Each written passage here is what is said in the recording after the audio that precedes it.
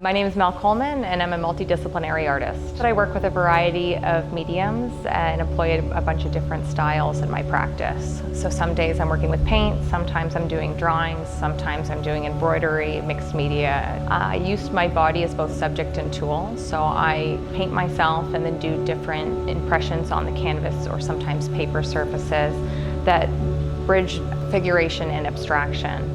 Once you see the body is there, it's almost hard to avoid, but at first glance you don't really see it. It started as an intuitive practice when I was in school at the University of Guelph, and I didn't quite understand what it was that I was trying to do at that point. Over the years, my practice has developed quite a bit, and I've been revisiting using my own body in my work as a personal expression and investigation into memory, healing, and transformation.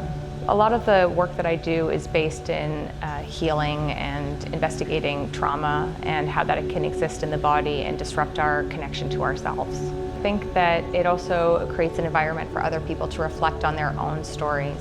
I often use the gold as a reference to kintsugi, which is the Japanese art and philosophy of repairing broken ceramics with gold enamel.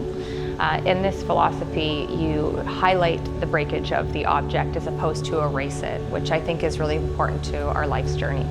Movement and somatic-based practices are very central to my process. I am very much conscious about how my body is interacting with the materials and the surfaces, and I like to often incorporate sound and frequency healing, which I think adds an extra layer. Right now it's an intimate practice. I think that there's room for that to change. I have vision of merging dance with the 5 rhythms practice as well as the mark making and by bringing other people into it to create a collective painting.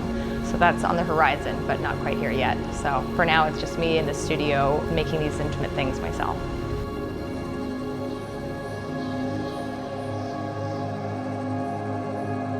My studio is just around the corner, and it's been a wonderful place for me to be able to create. I've moved around a lot, so it's hard to always find a place to actually create work, but this has been really transformative for my journey.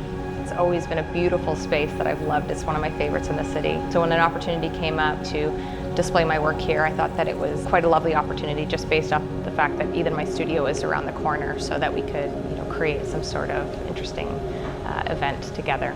These are healing spaces between 1 and 2, and then I also have another one over there in the corner that's called Body of Work, which I think takes on a bit more of like a planetary feel in the round panel.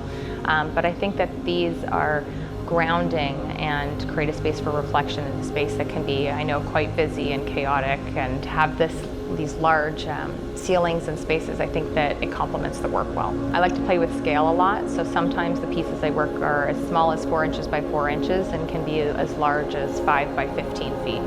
Tonight we are having an event to showcase my work. It's a wonderful opportunity for people to kind of get an inside peek at my personal workspace and my intimate process. I haven't been sharing much about it over the recent years. This is a fun opportunity to kind of relaunch myself. All I want is, just good conversations and people to come and see the work and enjoy it and hopefully consider themselves and their own relationships with their mind and body and their healing process. Yeah, I invite you to, spend some time with the work, really take a look around and give yourself a couple deep breaths in the process to really ground, and hopefully that will center you in a way that you haven't maybe all day. Thank you, OBJX Studio. I look forward to this evening and to having my work here.